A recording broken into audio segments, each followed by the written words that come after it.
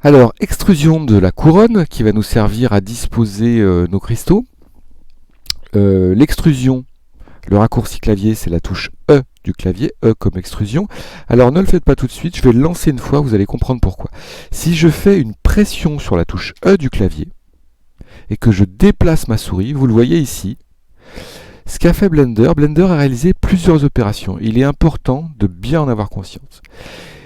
Il a tout d'abord créé, vous le voyez, 4 nouveaux points qu'il a reliés par des arêtes au réseau d'arêtes précédemment existant.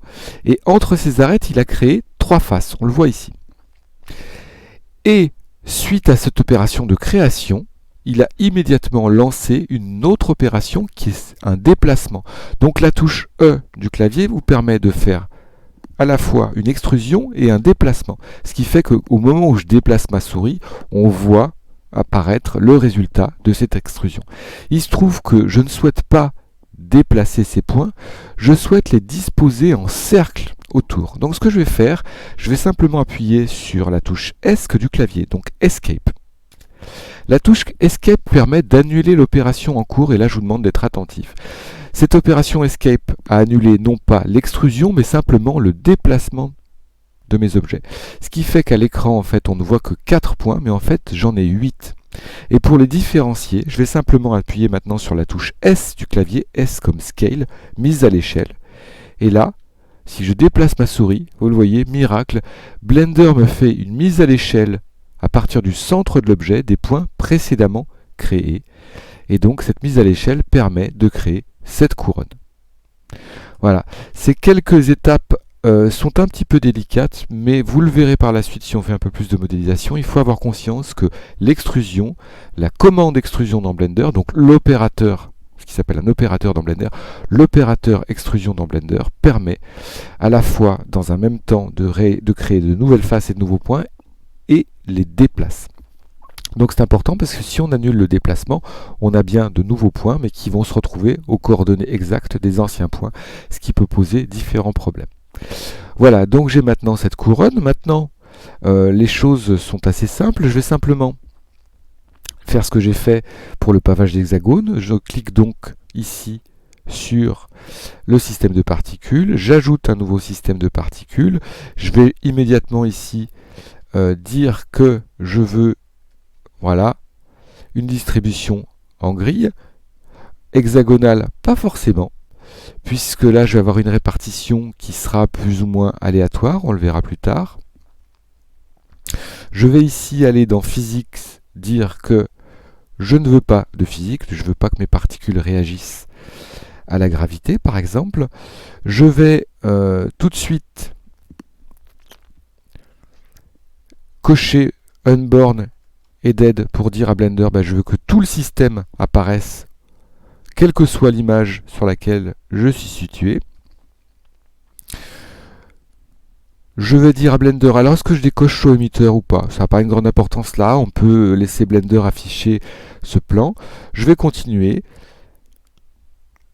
mon exploration. Donc vous l'avez vu dans Render, ici, je vais décocher Halo, on l'a fait précédemment, et choisir Object. L'objet à dupliquer, c'est tout simplement Circle. C'est celui qui est ici, je vais le renommer. Voilà, je vais l'appeler Crystal. Alors, est-ce que nous avons déjà Crystal 1? Non, ça c'est le plan. Je suis en train de faire une bêtise là.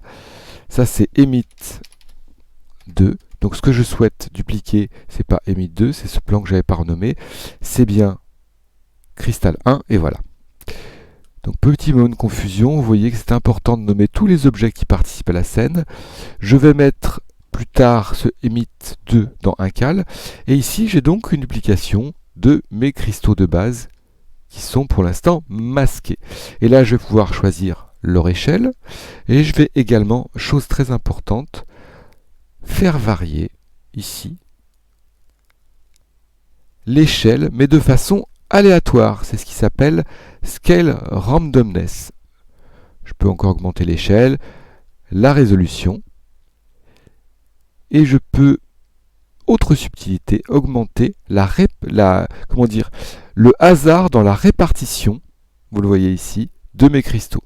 Donc ce qui laisse quand même un certain nombre de latitudes dans la création de ce petit visuel qui ne doit pas être trop homogène, on va dire. Là, j'ai créé une forme d'hétérogénéité. Je vais aller un peu plus loin. Donc, j'ai ici ma forêt de cristaux. Je vais donc maintenant la faire basculer dans ma scène incale. Je vais masquer Asset puisque j'ai plus besoin des assets, les assets qui constituent les éléments de base de ma scène.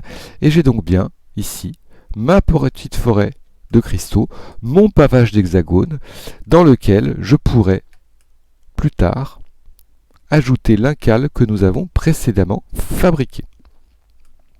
Et j'y viendrai dans une scène suivante. Nous continuerons les fois prochaines en apprenant à manipuler la caméra, la lampe, mais pour l'instant on va en rester là, ce qui constitue déjà un travail assez conséquent, et je vous donne rendez-vous dans les séquences prochaines pour ajouter ce petit cristal incale, lui donner des couleurs, travailler sur la mise en scène, etc., etc. Bonne chance à tous et à toutes dans cette réalisation et à très bientôt.